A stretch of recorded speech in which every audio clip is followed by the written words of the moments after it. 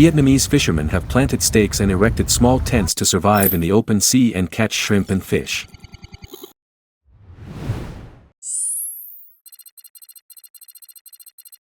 Driving wooden stakes tens of meters long into the deep sea has never been an easy task. However, they succeeded thanks to their incredibly vivid imaginations.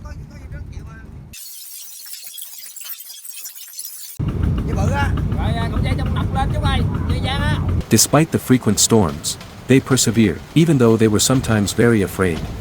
Hanging from ropes to pull in nets. Surviving in small tents in the middle of the sea with very little food. No bathroom. No toilet. How did they overcome the inconvenience? Hello everyone. I'm Jiam, from Vietnam.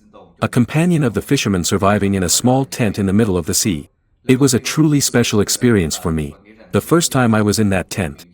I was very scared. And I thought that if there were strong winds, I didn't know what would happen. And unfortunately, I encountered a storm at sea. At that time, I could only lie still and observe everything. The sound of the wind whistling in that tent still haunts me when I sleep. This is Vietnam. The S-shaped country. Situated next to the vast East Sea. The tents I just mentioned are set up in the open sea off Ca Mau province. That is a vast expanse of sea. Located about 30 kilometers from the mainland of Ca Mau province.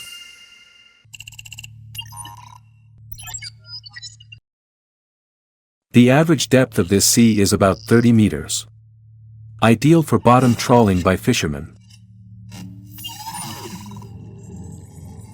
This sea area has never experienced strong aftershocks. However, the waves and winds are still quite complex.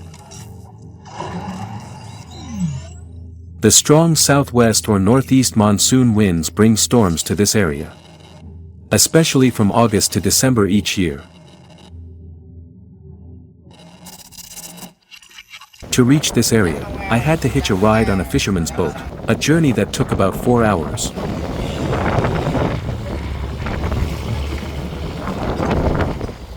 There, more than 10 fishermen live in small huts, making a living by fishing with bottom trawls offshore. It's a long-standing profession, a rare traditional occupation, whose purpose is to catch shrimp and fish. Due to the nature of their work, fishermen will spend dozens of days in tents only about 4 square meters in size. The tent is where they rest and eat after tiring hours of casting or pulling nets at sea. It is also where fishermen can take shelter from rain and wind during their dozens of days working at sea. I've survived in tents like that before. Initially, it shook with the rhythm of the waves, making me feel dizzy. I took shelter in a tent in the middle of the sea when a sudden, violent storm hit. Everything was truly out of control then. Instead of being afraid, I tried to observe everything, finding the safest place in the tent to lie down. At that moment, I prayed that God could make things better by reducing the intensity of the storm winds. And in fact, I was even more scared because I had heard fishermen say many times that strong winds had blown tents into the sea. Oh my God, finally everything is alright. After more than 2 hours of lying and holding out in that tent, I think I'll never forget this for the rest of my life. We Vietnamese have a saying, after the rain comes sunshine. I cooked rice, caught my own fish, and together with 2 other fishermen, we made a warm, delicious meal in our little tent. We ate simple dishes, but the fish and shrimp were very fresh, as I had just caught them from the sea.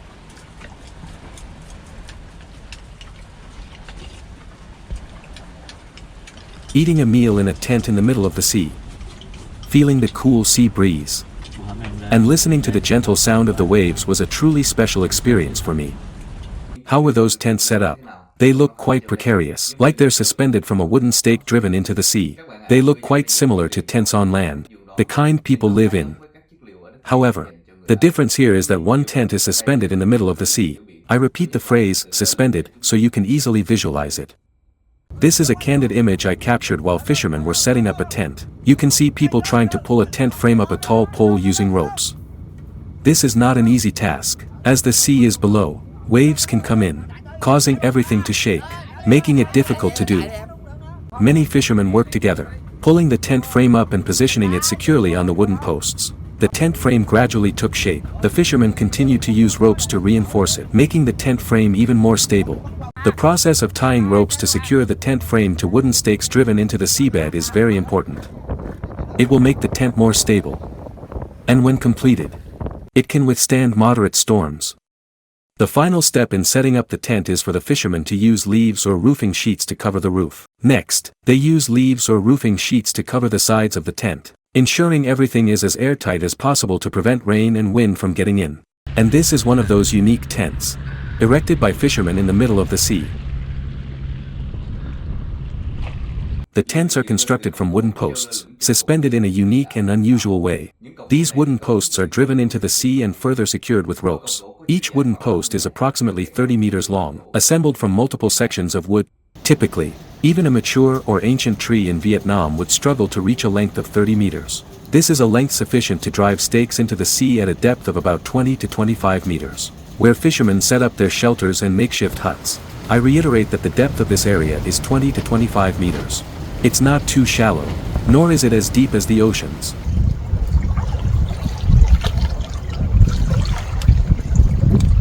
To ensure the wooden stakes are approximately 30 meters long, fishermen join many sections of wood together to form a single long stake. This is called the stake joining process. The joints are securely fastened with nails and screws. After joining, the wooden stakes are coated with a layer of glue. This glue makes the stakes stronger, waterproof, and increases their durability in salty seawater conditions. Typically, a wooden stake driven into the sea lasts about 5 years. After that, the stake may rot or become damaged and need to be replaced. The process of joining the piles is carried out by fishermen on land. This is a picture of a pile joining site, with many wooden piles. The wooden piles are carefully joined together. The total cost to complete one 30-meter long pile with a shaft diameter of approximately 25 centimeters is $1,000. After completing the pile assembly, these wooden piles are transported out to sea by fishermen using fishing boats. This is a fisherman's fishing boat carrying the wooden piles on both sides of the boat out to sea, to the location where the piles can be driven in and the work can be carried out.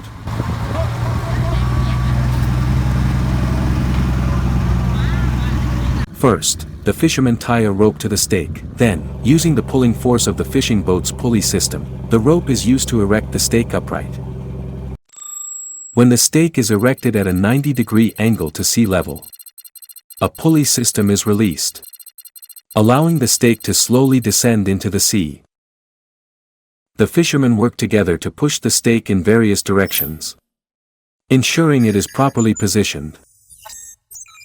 Once the stake has reached a certain depth, the fishermen use additional ropes to anchor it to the seabed.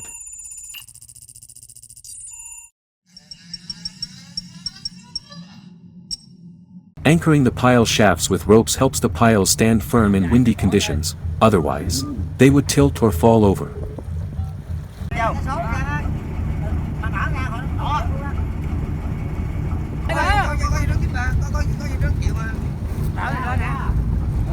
And these are the stakes that have been firmly driven into the deep sea.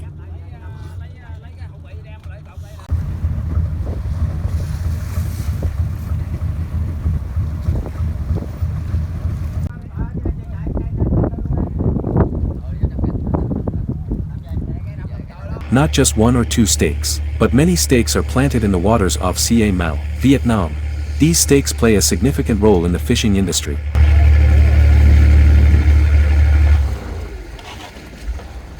The stakes serve as platforms for fishermen to erect their survival shelters. This is one of their most unique uses. The stakes are connected together by multiple lengths of rope. This creates pathways for the fishermen to move from one stake to another while working. The ropes connecting the wooden stakes also serve as a place for fishermen to hang and secure the nets, ensuring that the nets are lowered into the sea in the exact same position. Wooden stakes, ropes, small tents, and nets create the setting for the offshore bottom trawling fishing scene you are watching, in the open sea off Ca Mau province.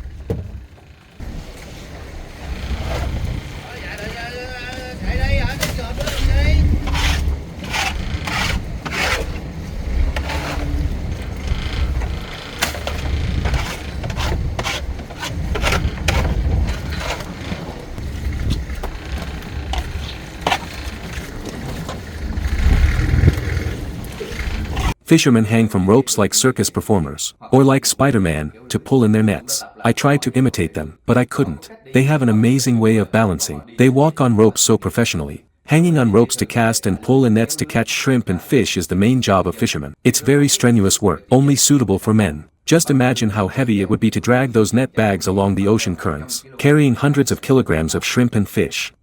This is how fishermen move along ropes, swinging themselves to pull in sections of nets. This is the most arduous task in offshore bottom trawling. Look at this. The fishermen are using both their arm and leg strength, hanging from ropes to pull in their nets. Their hands and feet are truly coordinated and skillful to perform this task. I really admire that.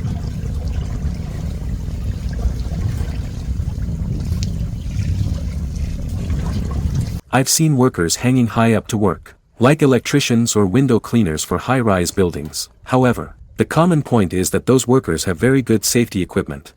Fishermen, on the other hand, have no protection whatsoever. If they're careless, they could easily fall into the sea and be swept away, especially in stormy weather with strong waves. Working alone at sea, unable to call for help in time, many fishermen have tragically met with unfortunate and heartbreaking accidents.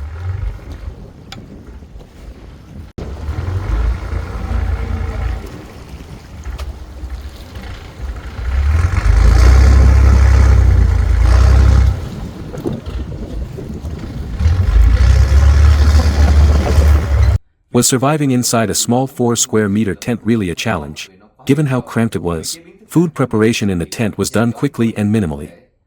There were times when we ran out of food, and the fishermen and I had the most meager meals. We washed the rice and used the rice water to make soup. When we ran out of drinking water, we quenched our thirst by sleeping and waiting for a fishing boat to arrive to resupply us. Friends, this is me and Teo in a tent in the middle of the sea, surviving for many days. Teo is washing rice to cook. The stove we use is a fuel stove, or gas stove, because there is no electricity here. People could see the interior of the tent. Everything was hanging loosely and looked quite messy. At first glance, I couldn't understand why everything was so disorganized. However, when asked, the fishermen said they were too busy and didn't have time to tidy everything up. Items inside the tent are usually hung high up or tied with ropes.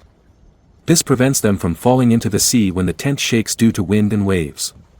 Dinner was almost ready, and now it was time for us to sit down and eat in our tent in the middle of the sea. It felt nothing like a meal on land. It tasted strangely delicious. Would you like to try it?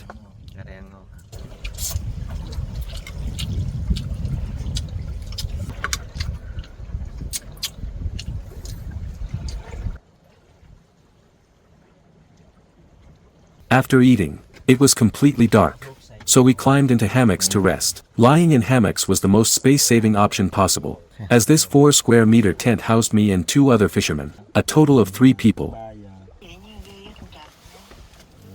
There will definitely be no bathroom inside this tent. The tent's 4 square meters only provide the minimum space for me and 2 other fishermen to eat and sleep. A toilet? We don't have one inside the tent. Please understand. What do we harvest from the sea? We get barrels of very fresh fish and shrimp, pulled onto the fishing boat. This is a scene of fishermen harvesting fish and shrimp. Large net bags are pulled onto the boat using pulleys by the fishermen. The fishermen empty the net bags onto the deck. That's when we can see the various types of fish and shrimp they've caught. Many people are surprised to see so many small fish and shrimp. This can be explained by the fact that the waters around Mau province have relatively few seafood resources. In addition, fishermen use nets with very small mesh sizes. So even small fish and shrimp can be caught. However, it should be acknowledged that fishermen also frequently catch larger fish. The fish that brings the best income to fishermen in this coastal area is the scad. This is the size of a mature scad. They usually can't grow any bigger. Therefore, they can't be called small fish. The scad are sold by fishermen to traders on the mainland, at a price of about $2 per kilogram.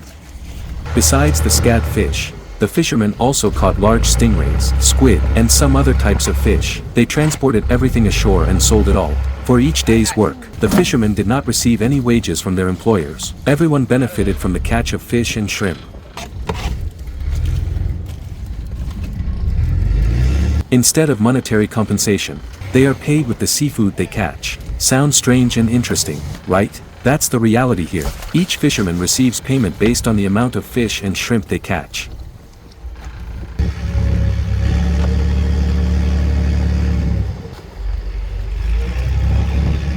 After finishing the net hauling and harvesting all the shrimp and fish, the fishing boats quickly return to shore in the early morning to ensure the seafood is as fresh as possible. The fisherman's journey back to the mainland also takes more than 3 hours. After returning to land, they will sort their catch of fish and shrimp themselves and sell it to traders to earn income. On average, each fisherman working one day and night at sea will earn about $100. This is also a dream income for many coastal residents. This is the complete true story from us, the fishermen of Ca Mau, Vietnam. Everything you just saw was carefully produced, with our best efforts focused on detailed descriptions to ensure easy understanding. You can leave your comments and questions here. I will try my best to answer all your comments, and I look forward to it. Your presence here is a great motivation for us. Thank you sincerely and goodbye from Vietnam.